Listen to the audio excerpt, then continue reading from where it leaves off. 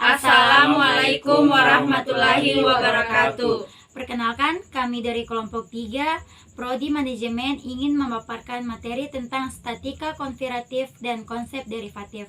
Perkenalkan, nama saya Musdalifah, NIM B23010014. Perkenalkan, nama saya Nasria Febrianti, NIM B23010017. Perkenalkan, nama saya Syaifullah Maulana, NIM B23010035. Perkenalkan, nama saya Rizky Baskar Putra, NIM B23010032, Prodi Manajemen. Perkenalkan, nama saya Nurhaliza dengan NIM B23010016. Assalamualaikum warahmatullahi wabarakatuh. Perkenalkan, nama saya Muhammad Rizky Baskar Putra, NIM B23010032, Prodi Manajemen. Saya dari kelompok 3.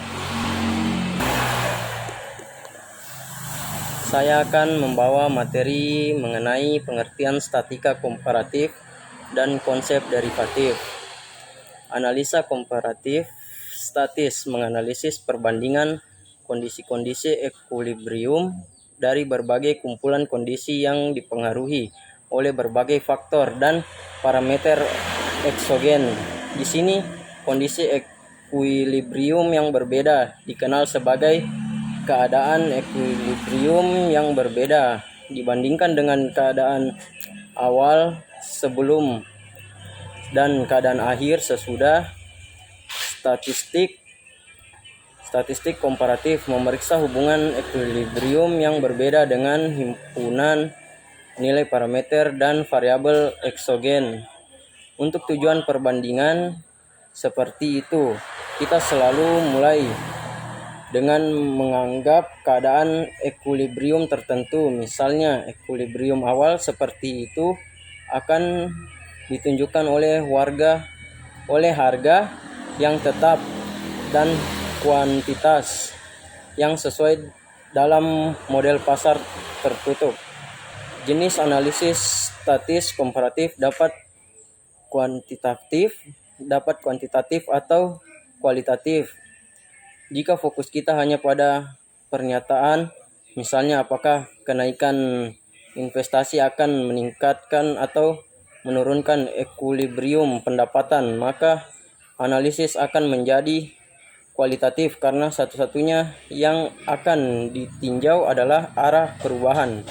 Tetapi jika kita ingin mengetahui besarnya perubahan dalam yang disebabkan oleh perubahan yang kita telah tentukan, misalnya besarnya multiplier investasi, maka jelas analisis akan menjadi kuantitatif. Dengan mendapatkan jawaban kuantitatif, kita secara otomatis dapat mengetahui arah perubahan dan tanda aljabar. Oleh karena itu, analisis kuantitatif selalu mencakup hal-hal kualitatif.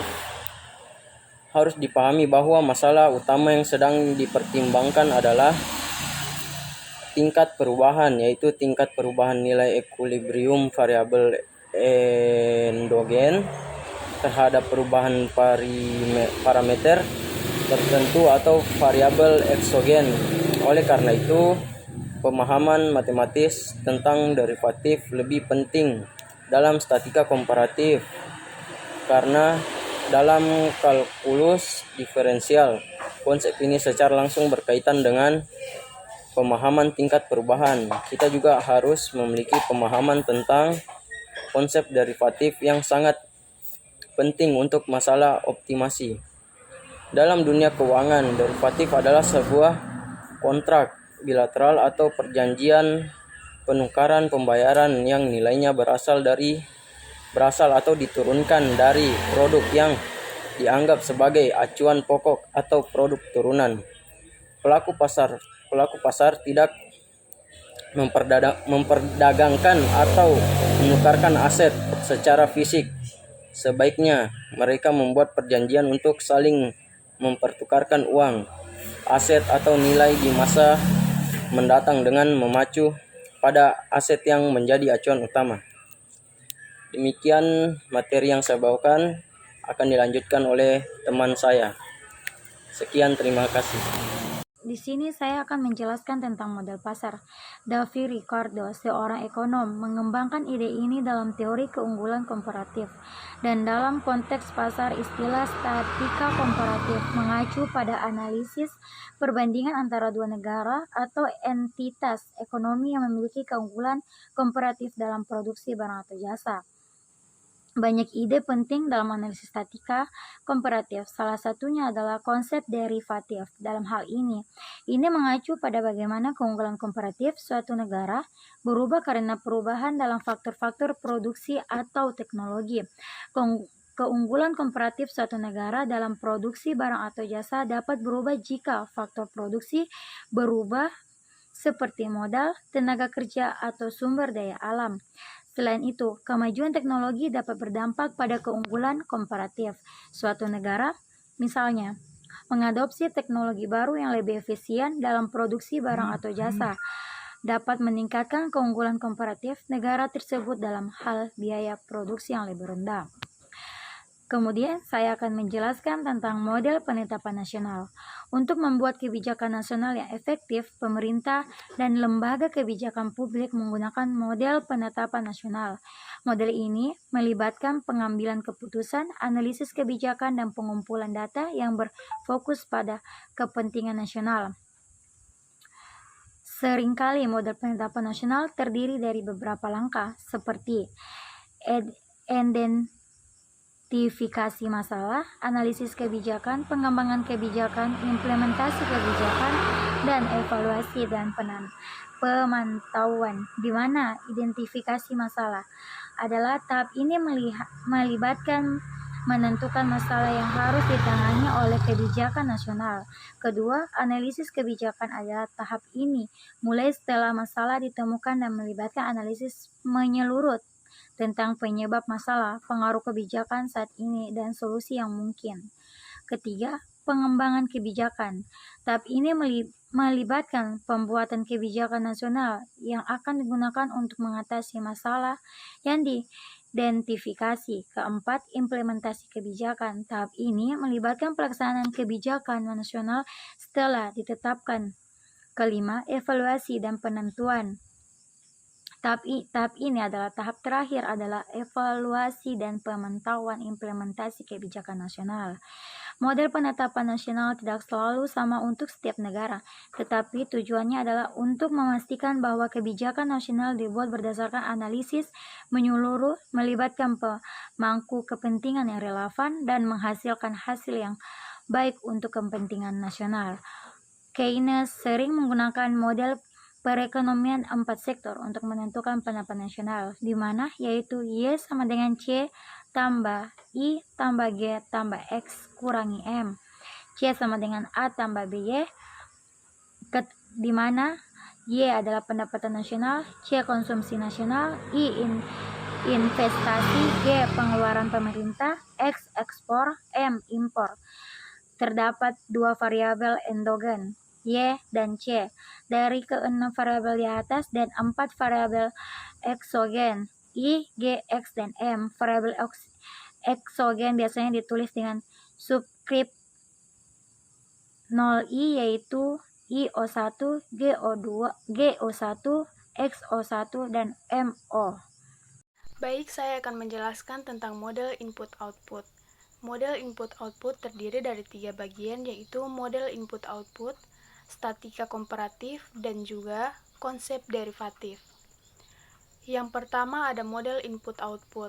Alat analisis ekonomi yang disebut model input-output digunakan untuk menunjukkan hubungan antara berbagai sektor ekonomi di suatu negara atau wilayah. Dalam model input-output, setiap bidang ekonomi diwakili oleh suatu persamaan yang menunjukkan produksi, pengeluaran, dan juga import bersih dari bidang tersebut. Model ini memungkinkan kita untuk menganalisis bagaimana perubahan dalam produksi atau konsumsi di bidang tertentu berdampak pada bidang yang lain. Yang kedua ada statika komparatif. Strategi ekonomi ini menganalisis hubungan antara berbagai sektor ekonomi di suatu negara atau wilayah.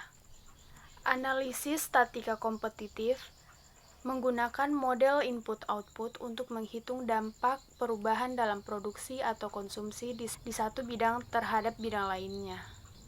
Ini juga memungkinkan kita untuk memahami bagaimana perubahan di satu bidang dapat mempengaruhi ekonomi secara keseluruhan. Selanjutnya yang ketiga, konsep derivatif. Dalam model input-output, konsep derivatif mengacu pada perubahan dalam produksi atau konsumsi suatu industri sebagai tanggapan atas perubahan dalam permintaan akhir atau input yang digunakan oleh industri tersebut. Misalnya, suatu industri mungkin perlu meningkatkan produksinya jika ada peningkatan permintaan akhir untuk produknya. Namun, untuk meningkatkan produksi, industri lain juga akan membutuhkan lebih banyak input. Konsep derivatif memungkinkan kita untuk menghitung seberapa besar perubahan dalam produksi atau konsumsi di industri lain yang diperlukan untuk memenuhi permintaan akhir yang meningkat. Meskipun model input-output dan juga statika kompetitif adalah ide yang berbeda, model input-output dapat digunakan dalam analisis statika kompetitif untuk memahami bagaimana berbagai subsektor ekonomi berinteraksi satu sama lain. Model input-output menggunakan konsep derivatif untuk menghitung tingkat perubahannya. Baik, sekian penjelasan dari saya. Terima kasih. 3. Assalamualaikum warahmatullahi wabarakatuh. Saya Syaifullah Maulana, NIM B23010035, Prodi Manajemen dari kelompok 3. Saya akan membawakan materi keempat, yaitu derivatif fungsi implisit. Dalam kalkulus multivariat, dua ide yang terkait adalah derivatif fungsi implisit dan determinan Jacobian. Mari kita bahas satu sama lain. Yang pertama, derivatif fungsi implisit. Metode ini digunakan untuk menghitung turunan satu variabel terhadap variabel lain dalam persamaan implisit, di mana variabel-variabel tersebut tidak disebutkan secara eksplisit sebagai fungsi satu sama lain. Misalkan, kita memiliki persamaan implisit berikut. F dalam kurung X, Y sama dengan 0. Kita menghitung turunan Y terhadap X, yaitu dy per dx. Dalam beberapa situasi, persamaan ini mungkin sulit atau bahkan tidak mungkin untuk diselesaikan secara eksplisit untuk Y sebagai fungsi X. Namun kita dapat menghitung turunan ini mengambil turunan parsial terhadap kedua variabel X dan Y, dan kemudian memecahkan persamaan ini untuk dy per dx. Yang kedua, determinan Jacobian. Nilai determinan matriks Jacobian adalah turunan parsial suatu vektor fungsi terhadap vektor variabelnya. Matriks Jacobian digunakan untuk menghitung turunan parsial yang diperlukan untuk mencari turunan implisit dalam konteks derivatif fungsi implisit. Misalkan kita memiliki sistem persamaan implisit berikut. F dalam kurung X, Y sama dengan 0 dan Y dalam kurung X, Y sama dengan 0. Untuk menghitung turunan Y terhadap X, kita harus menghitung turunan parsial F dan Y terhadap X dan Y. Matriks Jacobian akan terdiri dari turunan parsial ini, dan determinan Jacobian akan menunjukkan keberadaan dan sifat solusi sistem persamaan ini. Dalam beberapa situasi, kita dapat menemukan solusi unik dari sistem persamaan implisit jika determinan Jacobian tidak sama dengan 0 pada saat evaluasi. Sebaliknya, jika determinan Jacobian sama dengan 0, maka solusi mungkin sama sekali tidak ada. Demikian materi yang saya bawakan. Assalamualaikum warahmatullahi wabarakatuh. Assalamualaikum warahmatullahi wabarakatuh. Perkenalkan, nama saya Nasria Febrianti, NIM B230017 dari kelompok 2. Saya sini akan menjelaskan materi ke-6, yaitu statika komparatif model optimasi. Dalam analisis ekonomi ada dua ide berbeda, yaitu statistik komparatif dan model optimasi. 1. Statistika komparatif. Teknik ini membandingkan dalam data statistik antara dua atau lebih kelompok atau variabel.